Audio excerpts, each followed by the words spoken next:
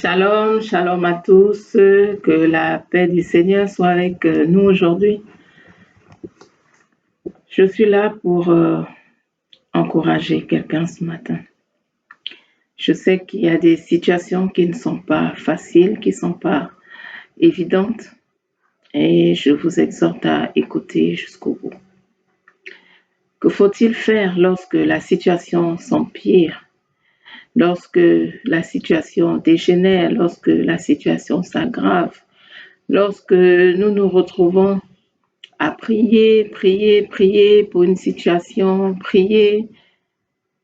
Et plus nous prions, plus nous voyons que les choses, au lieu de s'améliorer, s'aggravent. Nous voyons que les choses, au lieu de s'arranger, c'est plutôt le contraire qui se produit.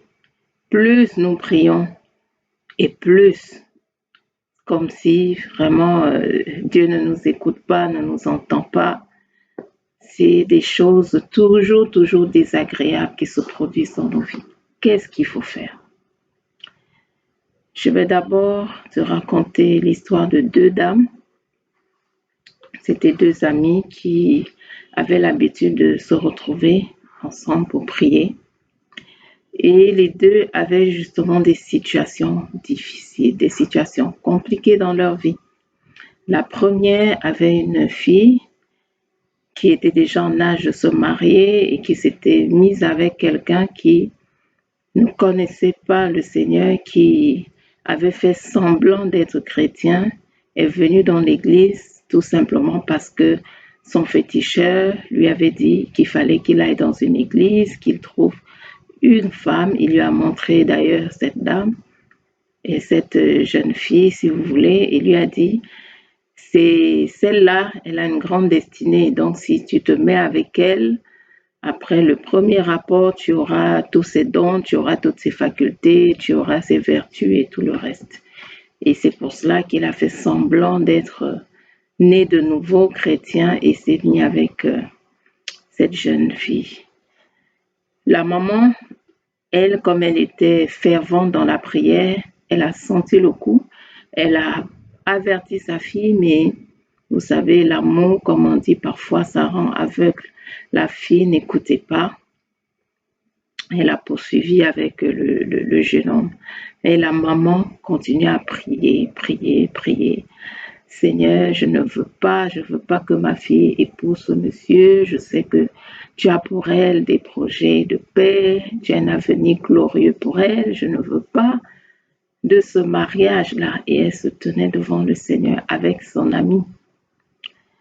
Et plus elle priait, et plus les préparatifs pour le mariage avançaient. Et elle se disait, Seigneur, voilà, dans tant nombre de jours, ça va être la présentation, ça va être les familles qui vont se rencontrer.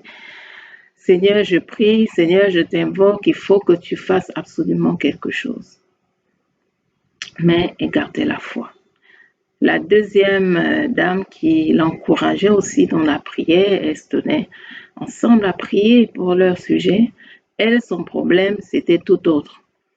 C'était son mari qui n'avait pas accepté le Seigneur, refusait de venir à l'église et qui avait même une maîtresse au dehors. Elle était chrétienne et persévérait dans l'église et priait avec ferveur pour le salut de son mari. Et plus elle priait, plus le mari s'enfonçait dans l'adultère. Il ne revenait même plus à la maison, passait du temps avec sa maîtresse, inventait des sorties, inventait parfois des voyages et puis se retrouvait avec sa maîtresse. Et la dame, finalement, elle a commencé à baisser les bras. Alors qu'elle s'était déjà battue pendant 19 ans, elle s'est tenue devant le Seigneur, elle a dit, là, Seigneur, vraiment, à ce niveau, c'est devenu trop lourd, trop pesant pour moi, je ne peux plus. Là, le mari, maintenant, il ne revient pratiquement plus à la maison. Ça fait 19 ans que je suis dans cette histoire, c'est trop, Seigneur. Elle se plaignait. Et son pasteur l'a averti. Il est venu la voir un jour et lui a dit, écoute, j'ai eu une révélation pour toi, une vision, je vais te la partager. Il lui a dit, je t'ai vu, tu étais là bien armé, tu avais toutes les armes dont on parle dans la Bible, dans Éphésiens 6, tu avais revêtu toutes ces armes-là. Et il y a une grande armée qui s'approchait de toi, vraiment une grande armée, mais toi, avec ton épée, tu as réussi à abattre tous ces hommes. Et ensuite, c'est ton mari qui est venu avec sa maîtresse, ils étaient là devant toi. Et qu'est-ce que tu as fait? Tu as juste enlevé toutes tes armes, tu les as posées au sol. Donc tu as enlevé le casque du salut, tu as enlevé le bouclier de la foi, tu as posé l'épée de l'esprit, tu as tout posé par terre. Et qu'est-ce que tu as fait? Tu es allé bras ballants pour battre la dame, la maîtresse de ton mari.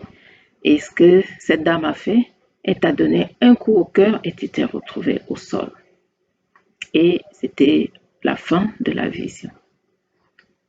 Bon, la dame, elle n'a pas vraiment pris en considération le rêve du pasteur. Elle a continué à être dans des lamentations, dans des plaintes, dans des murmures. Elle déprimait, c'était la dépression jusqu'au jour où, bon, sa fille était là, venait l'encourager. Elle lui disait, mais maman, je te reconnais pas. C'est toi ici qui fortifie la foi de tout le monde. Tu fortifies même la foi de ta copine, ta partenaire d'intercession. Tu lui dis de croire au Seigneur, qu'il agira même à la dernière minute. Mais toi-même, pourquoi tu baisses les bras dans ta situation? Donc tu ne crois pas que Dieu peut toucher mon père, qu'il change? Et elle était là, elle ne priait pratiquement plus. Tout ce qu'elle faisait, c'était se mettre là dans la cour, à murmurer avec des mauvaises pensées, se dire, Seigneur, vraiment j'en ai marre, Seigneur, je suis fatiguée, Seigneur, ça fait 19 ans, Seigneur, toi, tu ne vois pas. Le mari, il est parti depuis 2 semaines, il est parti depuis tant nombre de jours, je le vois pratiquement plus. Voilà, elle murmurait devant le Seigneur. Sa fille lui disait pourtant, prie, continue, maman, crois, Dieu peut le faire. Elle n'était plus à ce niveau-là. C'était maintenant, elle avait baissé les bras. Puis un jour, elle va dans un supermarché et pendant qu'elle fait ses courses, elle aperçoit son mari avec sa maîtresse. Et là, qu'est-ce qu'elle a fait? Elle a tellement eu mal que quand elle est sortie de là, elle a commencé à avoir mal au cœur. Et c'est comme ça qu'elle s'est retrouvée à l'hôpital, crise cardiaque. Et la crise cardiaque l'a emportée finalement. Parce que même après ça, le mari qui, quelque temps, donc pendant qu'elle était à l'hôpital, le mari s'est rendu compte de sa bêtise. Il a couru, il est revenu à la maison, lui a dit non, elle est à l'hôpital, elle est là, la souffrante et tout, on ne sait même pas trop ce qu'elle a. Et dès qu'il est arrivé à l'hôpital, lui parler, oui, c'est moi, réveille-toi, je suis là pour toi, je suis là. Il n'a même pas eu le temps de finir ce qu'il avait à lui dire. Dès qu'elle a su qu'il était là, ça lui a fait un deuxième choc qui l'a emportée. Elle est morte. Donc, elle n'a même pas pu voir les résultats de son intercession. Tellement elle déprimait, tellement elle était là, elle avait baissé les bras. La première dame qui avait sa fille, qui voulait absolument épouser un mondain, qu'est-ce qui s'est produit? C'était le jour du mariage, alors que tout le monde était là à l'église, tout le monde attendait la célébration du pasteur. C'est à l'église, quand le pasteur a demandé si quelqu'un avait quelque chose à dire contre ce mariage, que voilà, une personne est sortie de nulle part et est venue donc avec avec son téléphone. Il avait enregistré une vidéo où le monsieur expliquait à quelqu'un tout ce qu'il avait en vue par rapport à cette jeune fille et tout. C'est cette vidéo-là qui a fait en sorte que le pasteur annule le mariage. Donc, à la dernière seconde, je dis toujours, Dieu n'est jamais en retard. Il peut être un Dieu de dernière minute, il peut être un Dieu de dernière seconde, mais il n'est jamais en retard. Jamais, jamais. Donc, le mariage a été annulé à la dernière seconde. La fille était là en blanc.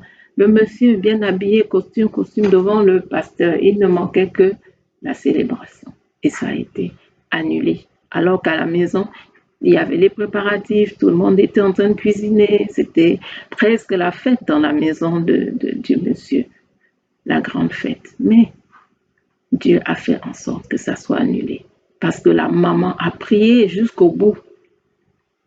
Jusqu'au jour du mariage, elle était là à intercéder. Seigneur, je crois en toi. Seigneur, je crois en tes promesses. Tu ne m'as jamais menti. Tu ne m'as jamais trahi. Seigneur, tu m'as dit. Et je sais que tu as pour ma fille des plans de paix, des plans de bonheur. Ne permets pas que cet homme gâche l'avenir de ma fille, Seigneur.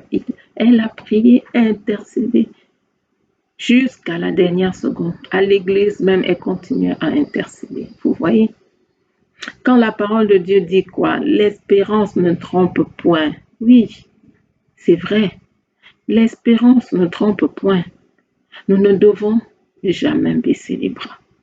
Nous devons garder la foi. Même si la situation s'aggrave, comme pour cette dame, malheureusement, elle n'a pas tenu bon jusqu'au bout. Elle avait déjà tenu bon 19 ans et puis elle a baissé les bras. Et puis elle s'est découragée. Puis elle a abandonné le combat. C'est ce qu'il ne faut jamais faire quand on est enfant de Dieu. Jamais baisser les bras. Ton problème dure depuis combien de temps? Ta situation ne fait que s'empirer. Ta situation ne fait que s'aggraver. C'est le moment de persévérer dans la prière, de garder la foi en Dieu. Continue à te dire, les promesses de Dieu sont oui et amen. Les promesses de Dieu s'accompliront, quel que soit lambda, quel que soit les temps, les circonstances, quel que soit ce que mes yeux voient. La foi ne regarde pas avec les yeux humains, non, non. C'est ce que nous espérons, ce que nous attendons. C'est avec ça que nous devons marcher au quotidien. Si tu es malade et plus tu pries, ta maladie s'aggrave, qu'est-ce qu'il faut faire? Attendre la main du Seigneur, attendre son temps, attendre son intervention. Même si les médecins donnent quelques diagnostics que ce soit, attendre le temps de Dieu, attendre que Dieu étende sa main. Même si ce sont tes enfants, plus tu pries pour eux, plus ils sont rebelles. Plus tu pries, plus ils sont dans le monde. Continue à prier. C'est pas ce que tes yeux voient qui doivent te guider, qui doivent te diriger, qui doivent orienter ta vie. Non, ce n'est pas ce que tes yeux voient. Si tu te focalises sur ce que tu vois avec tes yeux, sur ce que tu entends avec tes oreilles, tu n'auras jamais la foi. La foi, c'est la ferme assurance des choses qu'on espère. La ferme assurance des choses qu'on espère. La démonstration de celles qu'on ne voit pas. Ce qu'on ne voit pas, dont tes yeux n'ont rien à faire avec la foi. Qu'est-ce que tu vois avec tes yeux? C'est le contraire de ce que tu attends. Qu'est-ce que tu vois avec tes yeux? Qu'est-ce que tu entends avec tes oreilles? Que te disent tes proches? Que te disent les voisins? Que te disent les médecins? Que te disent les gens à gauche, à droite? La foi ne fonctionne pas ainsi. Pour avoir la foi, il faut oublier ses sens. Pour avoir la foi, il faut oublier ses sens. Et j'aimais bien la définition de ce serviteur de Dieu qui disait, la définition de la foi, c'est quoi? Est-ce que Dieu l'a dit? Oui, je le crois. Est-ce que Dieu l'a dit? Oui, je le crois. Qu'est-ce que Dieu a dit dans ta situation? Si c'est la maladie, Dieu a dit qu'il te guérit. Si les enfants sont rebelles, qu'est-ce que Dieu a dit? Qu'il te donne quoi? Une génération quoi? Un héritage quoi? Qu'est-ce que Dieu a dit? Dieu ne t'a pas promis des enfants rebelles. Ce n'est pas ça sa promesse. Prends la promesse de Dieu et accroche-toi. Accroche-toi à cette parole-là qui est oui et amen. Accroche-toi à cette parole-là qui ne te décevra jamais. Oui, l'espérance ne trompe point. Tant qu'il y a espoir, les choses se produiront. Tant qu'il y a espoir. Mais si tu baisses les bras, tu ne verras pas s'accomplir le miracle de Dieu. Si tu baisses les bras, tu ne verras pas l'action de Dieu. Si tu baisses les bras, tu ne verras pas la toute-puissance de Dieu se manifester. Il est dit au Proverbe 24, verset 10, « Si tu faiblis au jour de la détresse, ta force n'est que détresse. » Proverbe 24, verset 10. « Si tu faiblis au jour de la détresse, ta force n'est que détresse. » Es-tu dans la détresse? Ce n'est pas le moment de faiblir. Es-tu dans la souffrance? Es-tu dans un problème? Ce n'est pas le moment de baisser les bras. Même si tu vois que ça s'empire, même si tu vois que ça s'aggrave, même si tu vois que là, c'est sans espoir. Avec Dieu, il aime ce genre de situation, sans espoir, pour les détourner à sa gloire, pour les détourner, manifester sa toute puissance, se révéler puissamment au monde. C'est le genre de situation que Dieu aime, pour se révéler puissamment. N'oublie jamais le cas de Lazare. Lazare était enterré depuis 3 jours. Depuis 3 jours, il était dans le tombeau. Il était là, Lazare enterré. N'oublie jamais la situation de Lazare. Sa situation, il sentait déjà. Lazare sentait mauvais. Lazare sentait déjà le cadavre. Lazare sentait déjà là. Mais qu'est-ce que Dieu a fait? Dieu a étendu sa main. Dieu est intervenu. Dieu a dit non, je ne laisse pas cette situation. Cette situation est pour ma gloire. Il faut que ma gloire se manifeste. Et ce n'est pas pour rien qu'il a dit à ses sœurs, et notamment à l'une d'elles, si tu crois, tu feras ma gloire. Si tu crois, tu feras ma gloire. Est-ce que tu crois aujourd'hui? Est-ce que tu crois aujourd'hui? Est-ce que tu crois? Est-ce que tu crois?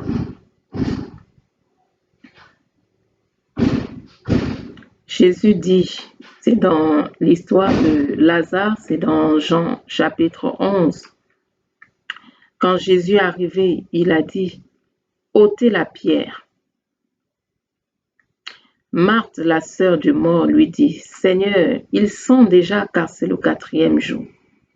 Jésus lui dit, ne t'ai-je pas dit que si tu crois, tu verras la gloire de Dieu? Ils ôtèrent donc la pierre. Jésus leva les yeux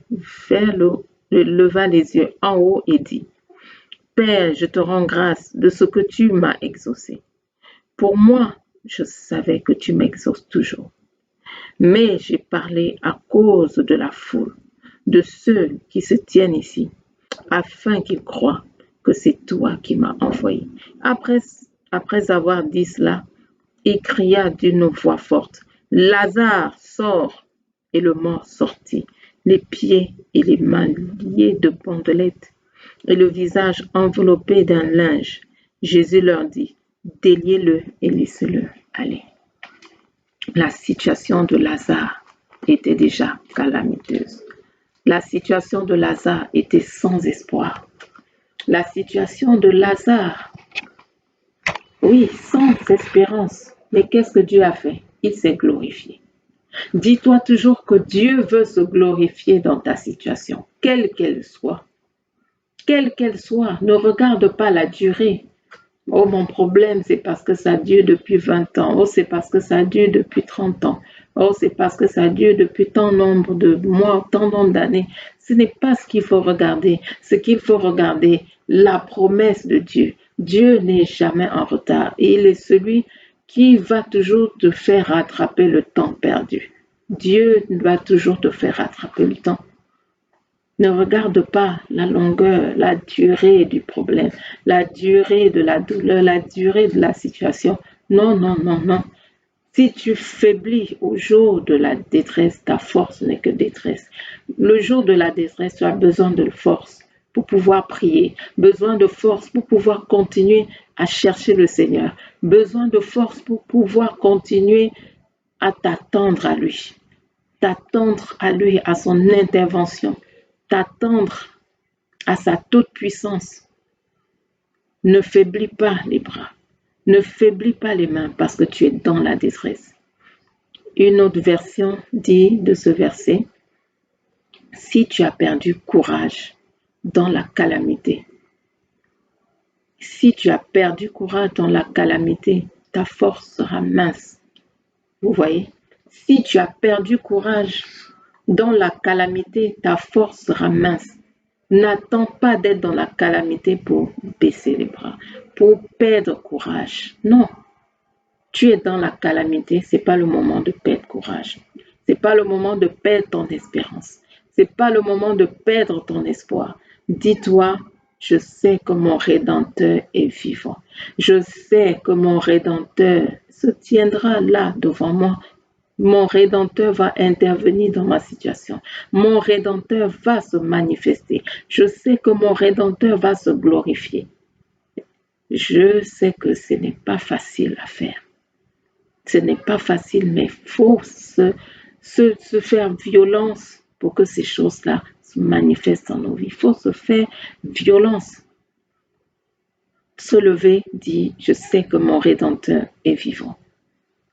Quand tu te lèves, qu'est-ce que tes yeux voient? Qu'est-ce que tes yeux entendent? Tout au long de la journée, qu'est-ce que tes yeux voient? Qu'est-ce que tes oreilles entendent?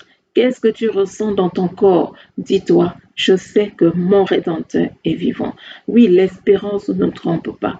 Oui, je sais que celui qui a ressuscité Lazare va également me ressusciter. Je sais que celui qui a ressuscité Lazare va ressusciter mes organes. Je sais que celui qui a ressuscité Lazare va ressusciter tel ou tel domaine de ma vie qui actuellement est mort. Je sais que celui qui a ressuscité Lazare va ressusciter peut-être la foi de mes enfants, ressusciter leur vie spirituelle, ressusciter leur vie de prière, ressusciter ce qui est mort en eux et qui doit se manifester pour glorifier Christ. Je sais que celui qui a ressuscité Lazare va me ressusciter dans tel ou dans tel domaine de ma vie. Il est le même hier, aujourd'hui, éternellement. Il ne change pas. As-tu perdu espoir? As-tu perdu courage? Quel est ton problème? Quelle est ta situation? Je suis là ce matin pour te redonner espoir, pour te dire ne baisse pas les bras. Ce n'est pas le moment de fléchir, de fléchir dans ta foi. Non, c'est au contraire le moment de garder la foi. Parce que Dieu dit quoi? Celui qui se confie en lui ne sera jamais confus. Celui qui se confie en lui ne sera jamais dans la honte. Tu t'es confié en Dieu. Dis-toi qu'il ne te laissera jamais dans la honte. Ce verset de l'espérance ne trompe point. En anglais, ça dit quoi? Hope make not ashamed. En français, l'espoir ne rend jamais confus, en quelque sorte. L'espoir ne va jamais t'amener dans la honte. Donc, si tu mets ton espérance en Dieu, si tu mets ton espoir dans ce Dieu tout-puissant, dans ce Dieu qui ressuscite les morts, dans ce Dieu qui appelle à la vie les choses comme qui n'existaient pas, c'est lui qui les appelle à la vie. Il les appelle à les choses qui n'existaient pas comme celles qui existent. C'est ce Dieu-là. Est-ce que tu crois aujourd'hui? Est-ce que tu crois? C'est ce qu'il faut. Ne faiblis pas. Ce n'est pas le moment de baisser les bras. Ce n'est pas le moment. Cette dame, elle a compté sur Dieu jusqu'au bout. Et qu'est-ce qui s'est produit? À la dernière seconde, le Seigneur s'est glorifié. À la dernière seconde, pour annuler un mariage, vous vous imaginez? L'autre qui n'a pas pu persévérer dans l'attente, elle n'a pas pu persévérer dans sa confiance qu'elle avait en l'Éternel. Pourtant, elle avait déjà fait confiance en Dieu pendant 18 ans. Elle avait déjà fait confiance en Dieu pendant toutes ces années-là, où elle était chrétienne, où elle allait à l'église seule, où son mari lui faisait voir des vertes et des pas mûres, Qu'est-ce qu'elle n'avait pas déjà vécu avec ce monsieur? Mais à la dernière seconde, elle a fléchi. À la dernière seconde, elle n'a pas continué à faire confiance au Seigneur. Dans Romains chapitre 4, le verset 19 nous dit quoi? Parlant d'Abraham. Je vous exhorte à lire même ces passages-là de 13 à 20. Il est dit au verset 19, « Et sans faiblir dans la foi, il, parlant d'Abraham, considéra son corps presque mourant, puisqu'il avait près de 100 ans, et le sein maternel de Sarah déjà atteint par la mort. Mais face à la promesse de Dieu, il ne douta point par incrédulité. » Face à la promesse de Dieu, il ne douta point par incrédulité. Mais fortifié par la foi, il donna gloire à Dieu, pleinement convaincu de ceci. Ce que Dieu a promis, il a aussi la puissance de l'accomplir. Ce que Dieu a promis, il a aussi la puissance de l'accomplir. Qu'est-ce que Dieu t'a promis? Dis-toi, il a aussi la puissance de l'accomplir. Il a aussi la puissance de l'accomplir. Qu'est-ce que Dieu t'a promis? Espère en lui. Sois fortifié dans la foi. Garde la foi. Malgré ce que tes sens peuvent te montrer.